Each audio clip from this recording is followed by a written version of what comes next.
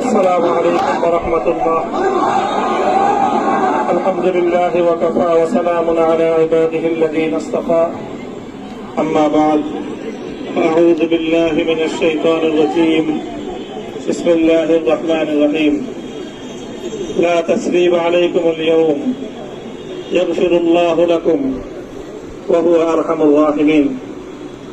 صدق الله العظيم. সমবেত প্রাণপ্রিয় তৌহিদি জনতা, বিভিন্ন স্তরের ধর্মপ্রাণ মুসলমান ভাই ও বন্ধুগণ, ছাত্র বন্ধুগণ এবং প্রিয় এলাকাবাসী, আল্লাহ পাক রব্বুল আলামিনের শুকরিয়া আদায় করি।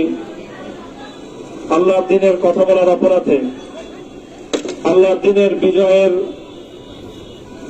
ঝান্ডা এবং কেতন উড্ডীন করার প্রত্যয় ব্যক্ত করার অপরাধে, আল্লাহর জমিনে আল্লাহর দ্বীন প্রতিষ্ঠার আন্দোলনের অপরাধে আমরা অনেক ভাই কারারুদ্ধ হয়েছিলাম।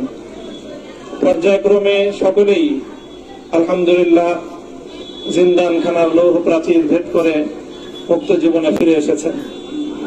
সর্বশেষ আজ আমার বক্তব্যের মধ্য দিয়ে 2021 সালে হেফাজতে ইসলাম বাংলাদেশ এবং এদেশের আলেম সমাজের উপর ইতিহাসের অন্যতম এক গভীর ষড়যন্ত্র এবং চক্রান্ত নির্যাতনের যে শৃঙ্খলার পরিচালনা করা হয়েছিল, তার আজকে একটি প্রাথমিক অধ্যায়ের পরিসমাপ্তি ঘটল। অন্যায়ভাবে আমাদেরকে কারারুদ্ধ করা হয়েছে, বুলেটের আঘাতে আমাদের ভাইদেরকে হত্যা করা হয়েছে। আমরা যখন আমাদের সন্তানদের লাশ এবং তাদের সেই মরদেহকে সামনে রেখে আমরা যখন আমাদের ন্যূনতম প্রতিবাদটুকু উচ্চারণ করতে গিয়েছি, তখন আমাদেরকে কারারুদ্ধ করা হয়েছে,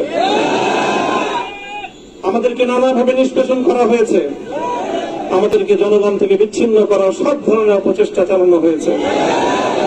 আমি আজ এই মুহূর্তে আমার এই মুক্তি উপলক্ষে আমি বলতে চাই, আমাদের উপর জুলুম করা হয়েছে, এটাকে আমরা সহ্য করে নিলাম। আমাদের ভাইদেরকে হত্যা করা হয়েছে, সেটাও সহ্য করে নিলাম। আমরা আমার সন্তানের লাশ কাঁধে তুলে নিয়েছি, সেটাকেও আমি হাসি মুখে বরণ করে নিলাম।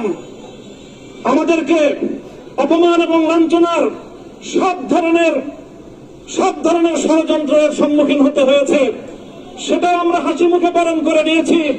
কিন্তু আল্লাহর জমিনে আল্লাহ এবং তার রাসূলের কোন সম্মান এক মুহূর্তের জন্য আমরা বরদাস্ত করে নেব। আমরা আমাদের সর্বোচ্চ ত্যাগ এবং কোরবানি স্বীকার করতে প্রস্তুত রয়েছি, জীবন দিতে প্রস্তুত রয়েছি। আল্লাহর জমিনে আল্লাহর দ্বীনের ঝান্ডা সমুন্নত করেই আমাদের যাত্রা থামবে ইনশাআল্লাহ। হয়তো শাহাদাত, নয়তো খেলাফত ইনশাআল্লাহ। আল্লাহর জমিনে খেলাফত প্রতিষ্ঠার যে আওয়াজ আজ পৃথিবীর দিকে দিকে উচ্চারিত হচ্ছে, সে আওয়াজ বাংলার জমিনে খেলাফতের এই আন্দোলনকে চূড়ান্ত গন্তব্যে পৌঁছাবে ইনশাআল্লাহ।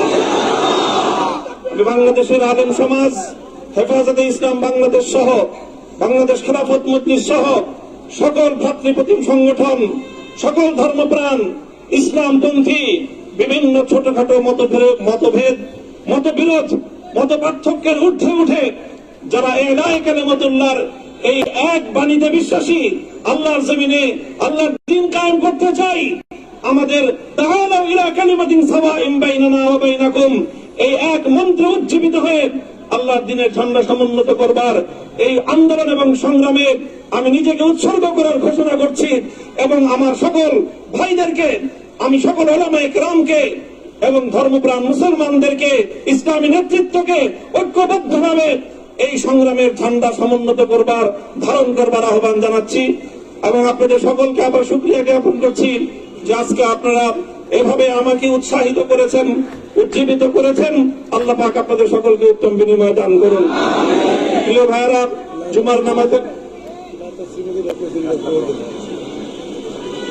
জুমার নামাজের একেবারে ঠিক আগ মুহূর্ত, এখন সব মসজিদগুলোতে জুমার প্রস্তুতি চলছে। আমরা এখন এখানে খুব সংক্ষিপ্ত দোয়ার মাধ্যমে আমাদের আজকের এই প্রোগ্রামের সমাপ্তি ঘোষণা করব। এরপরে ইনশাআল্লাহ প্রত্যেকে সুশৃঙ্খল ভাবে যার যার জায়গা মতো বা আশেপাশের মসজিদগুলোতে গিয়ে আপনারা জুমার নামাজ আদায় করবেন। আমি আবারও বলছি, আমি আমার আলোচনার শুরুতে কোরআনে পাকের সেই আয়াতটুকু তেলাওয়াত করেছিলাম, হযরত ইউসুফ আলাইহিস সালাতু ওয়াস সালাম কারামুক্তি এবং প্রকৃত যারা অন্যায়কারী ছিল সেই অন্যায়কারীদের স্বরূপ ওনার সামনে উন্মোচিত হয়ে যাওয়ার পর, জাতির সামনে তাদের স্বরূপ উন্মোচিত হয়ে যাওয়ার পর তিনি যে কথা বলেছিলেন, আমিও নবী ইউসুফ আলাইহিস সালাতু ওয়াস সালামের অনুসারী হিসাবে তার সুরে সুর মিলিয়ে কণ্ঠে কণ্ঠ মিলিয়ে কথাই বলতে চাই, লা তাসরিবা আলাইকুমুল ইয়াওম, ব্যক্তিগত আক্রোশের প্রতিশোধ আমরা কারো কাছ থেকে গ্রহণ করব না। সকলকে আহ্বান জানাই, মাদ্রাসা, স্কুল